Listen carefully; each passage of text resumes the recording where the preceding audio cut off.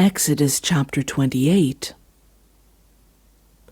Have Aaron your brother brought to you from among the Israelites, along with his sons Nadab and Abihu, Eleazar and Ithamar, so they may serve me as priests. Make sacred garments for your brother Aaron, to give him dignity and honor.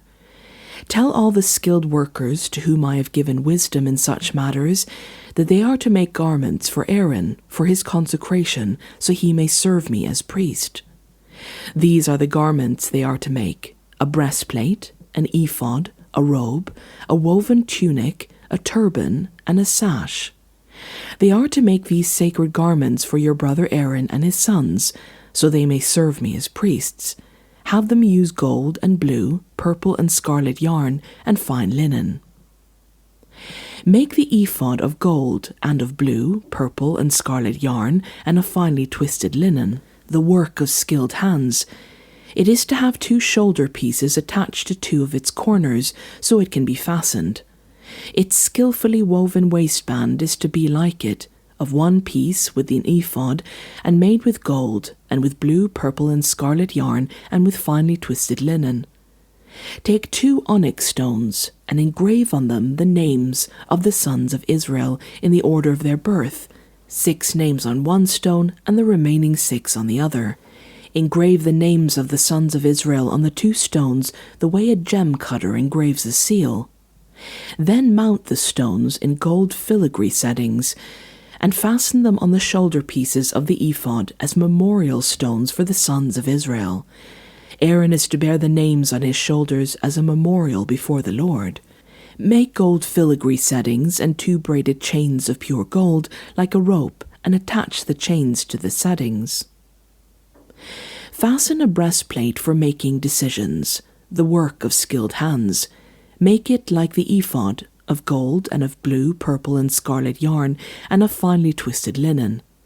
It is to be square, a span long and a span wide, and folded double. Then mount 4 rows of precious stones on it. The first row shall be carnelian, chrysolite, and beryl. The second row shall be turquoise, lapis lazuli, and emerald. The third row shall be jacinth, agate, and amethyst. The 4th row shall be topaz, onyx, and jasper. Mount them in gold filigree settings. There are to be 12 stones, 1 for each of the names of the sons of Israel, each engraved like a seal with the name of one of the 12 tribes. For the breastplate, make braided chains of pure gold like a rope. Make 2 gold rings for it, and fasten them to the 2 corners of the breastplate. Fasten the 2 gold chains to the rings at the corners of the breastplate, and the other ends of the chains to the 2 settings, attaching them to the shoulder pieces of the ephod at the front. Make 2 gold rings and attach them to the other 2 corners of the breastplate, on the inside edge next to the ephod. Make 2 more gold rings and attach them to the bottom of the shoulder pieces, on the front of the ephod, close to the seam just above the waistband of the ephod. The rings of the breastplate are to be tied to the rings of the ephod with blue cord, connecting it to the waistband, so that the breastplate will not swing out from the ephod. Whenever Aaron enters the holy place, he will bear the names of the sons of Israel over his heart, on the breastpiece of decision, as a continuing memorial before the Lord.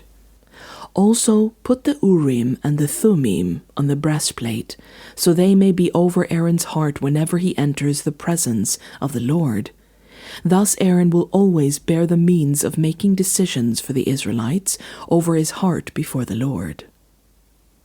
Make the robe of the ephod entirely of blue cloth, with an opening for the head at its center.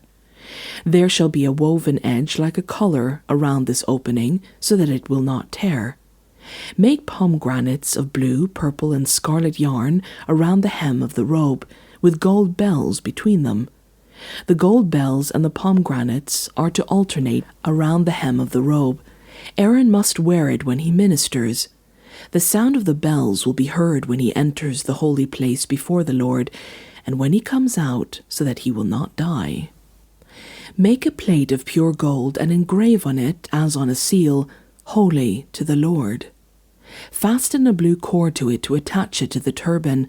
It is to be on the front of the turban. It will be on Aaron's forehead, and he will bear the guilt involved in the sacred gifts the Israelites consecrate, whatever their gifts may be. It will be on Aaron's forehead continually, so that they will be acceptable to the Lord. Weave the tunic of fine linen, and make the turban of fine linen, the sashes to be the work of an embroiderer.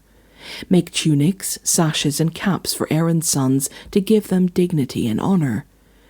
After you put these clothes on your brother Aaron and his sons, anoint and ordain them. Consecrate them so they may serve me as priests. Make linen undergarments as a covering for the body, reaching from the waist to the thigh. Aaron and his sons must wear them whenever they enter the tent of meeting or approach the altar to minister in the holy place, so that they will not incur guilt and die. This is to be an everlasting ordinance for Aaron and his descendants.